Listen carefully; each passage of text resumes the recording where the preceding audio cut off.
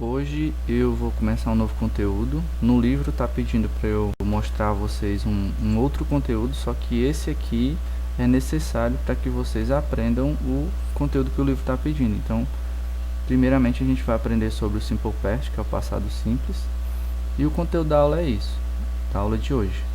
As formas do Simple Past, um exercíciozinho, e tem essa musiquinha aqui que ela tem a ver com o exercício que eu queria que vocês ouvissem também, para vocês terem uma ideia do que é falado e como é falado em relação ao Simple Past.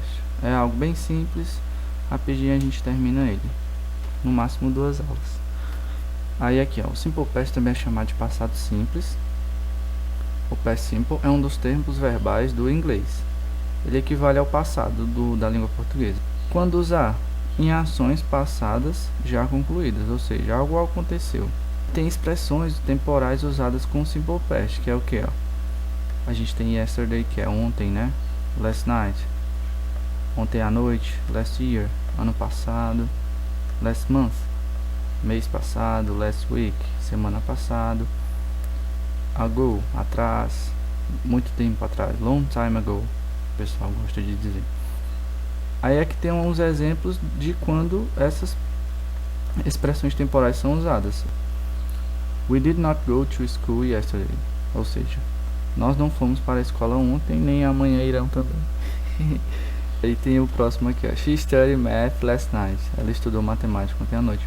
Isso é só para situar, ou seja, se vocês verem essas expressões no meio da frase, então vocês já vão saber que é do passado. Aí vocês só precisam identificar se é do passado simples ou outro tipo de passado que também tem, que a gente aprende depois. Aí na formação do Simple Past a gente vai ter 3 formas, né, com muita coisa do inglês. A forma afirmativa, a forma negativa, que é essa do meio, e a forma interrogativa. Aí o que vem aqui, ó? Na forma afirmativa você simplesmente coloca o pronome, né, que é o I. Aqui tem um you, he, she. Aí, nessa forma afirmativa você simplesmente vai colocar o pronome e mudar o verbo. Como é que muda o verbo?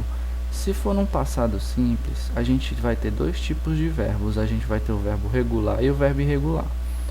O verbo regular, ele muda para o passado apenas sendo acrescentado de ed. Ou seja, você acrescenta as letrinhas ed ao final do verbo. O verbo to dance, por exemplo, dançar, está no presente. Mas se você quiser colocar o to dance, que é dançar, no presente para o passado, você simplesmente adiciona um dzinho aqui no final, porque não precisa adicionar o porque já tem, né? Aí, pronto, é um verbo regular, já está no passado. Se fosse um verbo irregular, o verbo irregular, ele não é acrescentado o ed. Ele simplesmente tem uma outra forma de indicar que ele está no passado. Por exemplo, o verbo sleep. O verbo sleep, ele é assim, aqui está no presente. Se você for para o passado, ele não ia ser slept, não, ele seria slept. Ah, professor, mas e aí como é que a gente faz? Eu não sei essas formas exatamente. A gente é uma coisa que a gente tem que decorar e ir aprendendo com a prática, simplesmente assim. Aí por isso que eu digo aqui, ó, com os verbos irregulares não se acrescenta ed, mas sim uma nova forma. Nesse caso, podemos consultar uma lista de verbos irregulares para checar quais são as formas necessárias para o Simple Past, ok? Mas aqui a gente aí vai seguir o mesmo padrão. Forma afirmativa é o pronome com o verbo no passado. Forma negativa, você vai ter o pronome, vai ter essa partículazinha aqui, ó, did, e o not, ou seja, você coloca o pronome, essa partículazinha did, not, e depois o verbo. Notem que o verbo ele não mudou aqui, né? Por que ele não mudou? Se você não sabe a forma do verbo no inglês, no passado, o que você pode fazer? Você acrescenta a partícula did, que é did, que ela automaticamente vai dizer que a frase está no passado, mesmo que o verbo não esteja. Então é uma sacadazinha para vocês usarem. E na forma interrogativa, você simplesmente troca o pronome com o verbo auxiliar, que é o que? O verbo auxiliar vai ser o did. Aí você coloca o pronome, né? E tem o verbo com o ponto de interrogação. Mas professor, por que fica mudando na interrogativa? É porque assim, no inglês, eles sempre falam com uma variação de tom no fim da frase. Então, diferente do português, se você mudar o tom, a pessoa já sabe se você está perguntando ou afirmando alguma coisa. No inglês não.